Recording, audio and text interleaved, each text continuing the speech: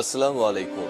সবাইকে স্বাগত জানাচ্ছি। আমি নাসরুল ইসলাম তন্ময়। শুরুতে বিআরবি কেবল সংবাদ শিরোনাম। বাংলাদেশের সর্বশেষ গুরুত্বপূর্ণ আপডেট সংবাদে আপনাকে স্বাগত। শুরুতেই সংবাদ শিরোনাম, পরে বিস্তারিত। শুরুতেই জানাবো, ডক্টর মোহাম্মদ ইউনূস ও সেনাপ্রধানকে নিয়ে উপদেষ্টা আসিফ মাহমুদের ভাইরাল যে বক্তব্য।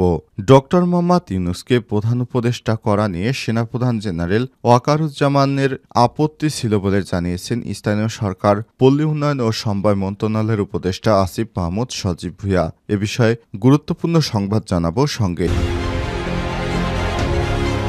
থাকুন। এরপর জানাবো, ছাত্রলীগের ৩ ক্যাডারকে আটক করে পুলিশে দিল ছাত্রদল। রাজধানীর মোহাম্মদপুর থানা এলাকায় মিছিল করতে গেলে নিষিদ্ধ ঘোষিত ছাত্রলীগের ৩ ক্যাডারকে আটক করে পুলিশের হাতে তুলে দিয়েছে ছাত্রদল। আটককৃতরা হলেন রাজু ৩০, লাবণী ৩৫ ও সিরাজুল ৪৫।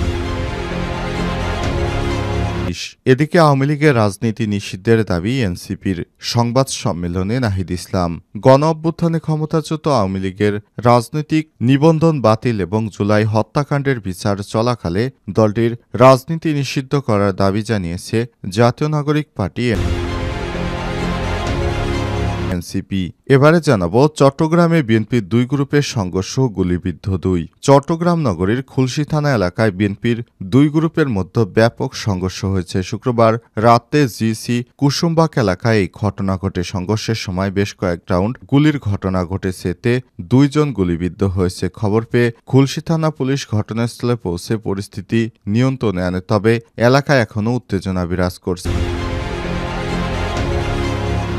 এদিকে দেশের মাটিতে আওয়ামী লীগের পুনর্বাসন হবে না বলে মন্তব্য করেছেন কুমিল্লা দক্ষিণ জেলা জামাতের আমির মোহাম্মদ শাহজান। তিনি বলেছেন, হাজারো শহীদের রক্তের বিনিময়ে ১৬ বছরের স্বৈরাশাসন থেকে মুক্তি পেয়েছি। বাংলার মানুষ মুক্তি চায়, তারা স্বৈরাচারকে পুনর্বাসন হতে দেবে না। এবং সর্বশেষ জানাবো, মোংলায় জাহাজে চুরির প্রস্তুতি, অস্ত্র মাদকসহ গ্রেপ্তার ৫।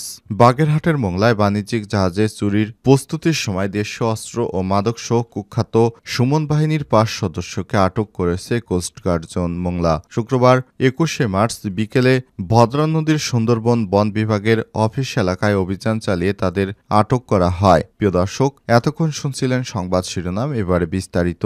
তবে তার আগে বন্ধুরা, অনুরোধ থাকবে সংবাদটিতে একটি লাইক দিন। এই চ্যানেলে আপনি নতুন হয়ে থাকলে আমাদের সংবাদটি দেখতে দেখতে চ্যানেলটি সাবস্ক্রাইব করে রাখুন। কমেন্ট করে বন্ধুরা আপনার মূল্যবান মতামত জানিয়ে দিন আপনি বিশ্বের কোন দেশ থেকে বা বাংলাদেশের কোন স্থান থেকে আমাদের সংবাদটি দেখছেন এবং শুনছেন। এবারে বিস্তারিত। ডক্টর ইউনূস ও সেনাপ্রধানকে নিয়ে উপদেষ্টা আসিফ মাহমুদ ভাইরাল যে বক্তব্য। ডক্টর মোহাম্মদ ইউনূসকে প্রধান উপদেষ্টা করা নিয়ে সেনাপ্রধান জেনারেল ওয়াকারুজ্জামানের আপত্তি ছিল বলে জানিয়েছেন স্থানীয় সরকার, পল্লী উন্নয়ন ও সমবায় মন্ত্রণালয়ের উপদেষ্টা আসিফ মাহমুদ সজীব ভূঁইয়া। জাতীয় নাগরিক পার্টির দক্ষিণাঞ্চলের মুখ্য সংগঠক হাসনাত আব্দুল্লাহ গত বৃহস্পতিবার রাতে একটি ফেসবুক পোস্টকে ঘিরে রাজনৈতিক অঙ্গনে চলছে নানা আলোচনা সমালোচনা। এরই মধ্যে গতকাল শুক্রবার দুপুরে উপদেষ্টা আসিফ তার ভেরিফাইড ফেসবুকে বিষয়ে একটি ভিডিও পোস্ট করেছেন। তাতে তুলে ধরেন ডক্টর ইউনূসকে নিয়ে সেনাপ্রধানের আপত্তির বিষয়টি। ওই ভিডিওতে জুলাই অভ্যুত্থানের নানা বিষয় নিয়ে কথা বলেছেন জুলাই আন্দোলনের এই অগ্রসৈনিক। ডক্টর ইউনূসকে নিয়ে সেনাপ্রধানের আপত্তির বিষয়ে ভিডিওতে উপদেষ্টা আসিফ বলেছেন, সেনাপ্রধানের দিক থেকে মূল ভেটোটা ছিল অন্তর্বর্তীকালীন সরকারের প্রধান উপদেষ্টা হিসেবে ডক্টর মোহাম্মদ ইউনূস কেন?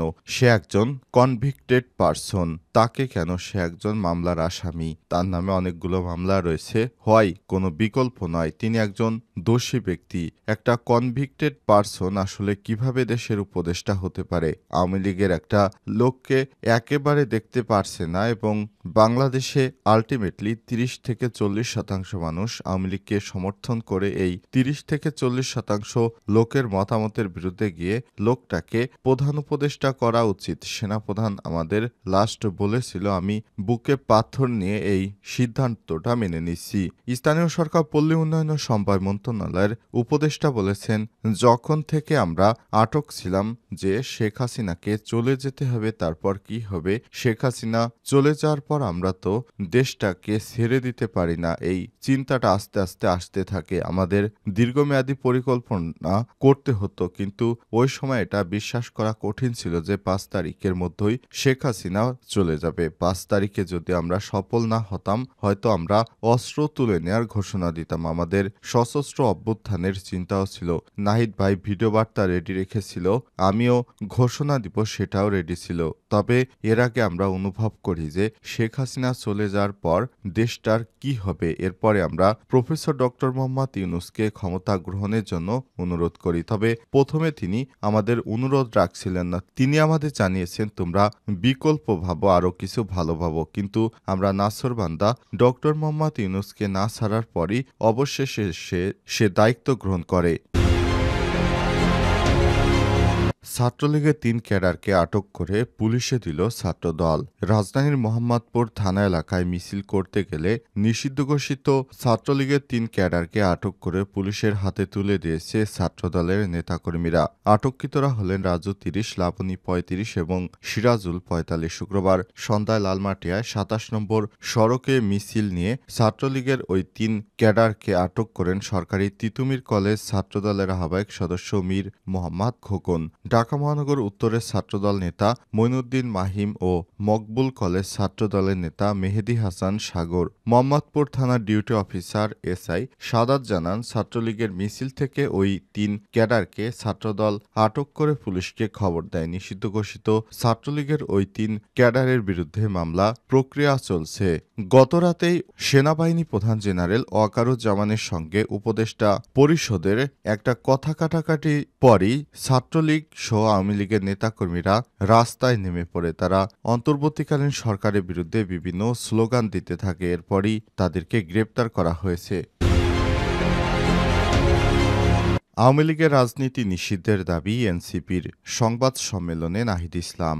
গণ-অভ্যুত্থানে ক্ষমতা ছেড়ে ফ্যাসিস্ট আওয়ামী লীগ সরকার ভারতে পালিয়ে গেছে। ফ্যাসিবাদী আওয়ামী লীগের নিবন্ধন বাতিল এবং জুলাই হত্যাকাণ্ডের বিচার চলাকালে দলটির রাজনীতি নিষিদ্ধ করার দাবি জানিয়েছে জাতীয় নাগরিক পার্টি এনসিপি। দলটির আহ্বায়ক নাহিদ ইসলাম বলেছেন, নির্বাচন বা একটি রাজনৈতিক দল কার্যক্রম করতে পারবে কিনা এটা সম্পূর্ণ রাজনৈতিক সিদ্ধান্ত নেয়ার এখন সরকার ও বিদ্যমান রাজনৈতিক দল এবং জনগণে রয়েছে। সেখানে সেনাবাহিনী বা রাষ্ট্রীয় কোনো প্রতিষ্ঠানের এ বিষয়ে মন্তব্য, পরিকল্পনা বা সিদ্ধান্ত প্রস্তাবনা দেওয়ার এখতিয়ার নেই। এ ধরনের চর্চা বাংলাদেশে আর না হয়।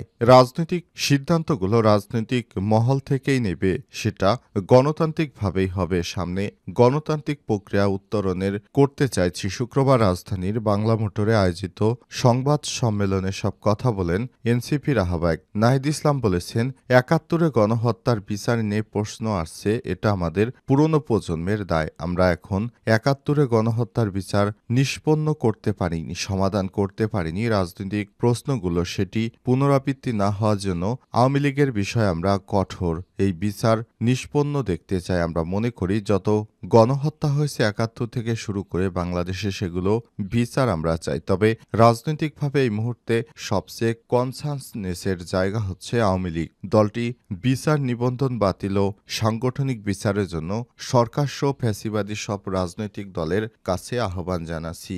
গণ অভ্যুত্থানে গণহত্যার বিচার না করে কেবল নির্বাচনের দিকে গেলে আমাদের বাংলাদেশের গুণগত পরিবর্তন হবে না বলেও মনে করেন নাহিদ ইসলাম। আওয়ামী লীগের পুনর্বাসন নিয়ে ঊর্ধ্বতন সেনা কর্মকর্তার প্রস্তাবের বিষয়ে জানতে চাইলে এনসিপির দক্ষিণাঞ্চলের মুখ্য সংগঠক হাসনাত আবদুল্লাহ বলেন, রাজনীতিতে সেনাবাহিনীর হস্তক্ষেপ করেছে কিনা বা কোনো প্রভাব রাখার চেষ্টা করেছে কিনা সেটা আমরা সন্দিহান। যেহেতু আমাদের সঙ্গে সেনাবাহিনীর ঊর্ধ্বতন কর্তৃপক্ষ যে আলোচনা হয়েছে সেটি রাজনৈতিক বিষয়ে হস্তক্ষেপ বলে মনে করছি। রাজনীতিবিদরা রাজনীতি নির্ধারণ করবে, চলমান ঘটনা প্রবাহ প্রহারের নেতৃত্বে রাজনীতিবিদদের হাতেই থাকা উচিত। সেই জায়গায় সন্দিহান বলেই বৃহস্পতিবার আমার অবস্থানটি ফেসবুকে স্ট্যাটাস দিয়ে নিতে হয়েছে। 5ই আগস্টের পর আনুষ্ঠানিক অনানুষ্ঠানিক বিভিন্ন জায়গায় সেনা কর্মকর্তাদের সঙ্গে আলোচনা হয়েছে বলে জানান হাসনাত আবদুল্লাহ। তিনি বলেন, 11 মার্চের প্রেক্ষাপটে ভিন্ন ছিল। অন্য প্রান্তে সেনা কর্মকর্তা ছিলেন। ঘটনা প্রবাহ স্ট্যাটাসে পরিষ্কার করেছি, এখানে সবকিছু উপস্থাপন করা হয়েছে। চট্টগ্রামে বিএনপির দুই গ্রুপের সংঘর্ষে গুলিবিদ্ধ 2। চট্টগ্রাম নগরের খুলশী থানা এলাকায় বিএনপির দুই গ্রুপের সংঘর্ষ হয়েছে। শুক্রবার রাতে জিসি কুসুমবাগ এলাকায় ঘটনা ঘটে। সংঘর্ষের সময় বেশ কয়েকটি রাউন্ড গুলির ঘটনা ঘটে, এতে 2 জন গুলিবিদ্ধ হয়েছে। খবর পেয়ে খুলশী থানা পুলিশ ঘটনাস্থলে পৌঁছে পরিস্থিতি নিয়ন্ত্রণে আনেন, তবে এলাকায় এখনও উত্তেজনা বিরাজ করছে। প্রত্যক্ষদর্শীরা জানান, ঈদ উপলক্ষে শুভেচ্ছা ব্যানার লাগানোকে কেন্দ্র করে বিএনপির যুগ্ম আহ্বায়ক শাহ আলম এবং নগর ছাত্রদলের সদস্য সচিব রফিকুল ইসলাম তুহিনের অনুসারীদের মধ্যে সংঘর্ষের ঘটনা ঘটে। এর মধ্যে শাহ আলম বিএনপির স্থায়ী কমিটির সদস্য, আমির খসরু মোহাম্মদ চৌধুরী অনুসারী এবং তুহিন বিএনপির কেন্দ্রীয় সাংগঠনিক সম্পাদক মীর হেলালের অনুসারী বলে জানা গেছে।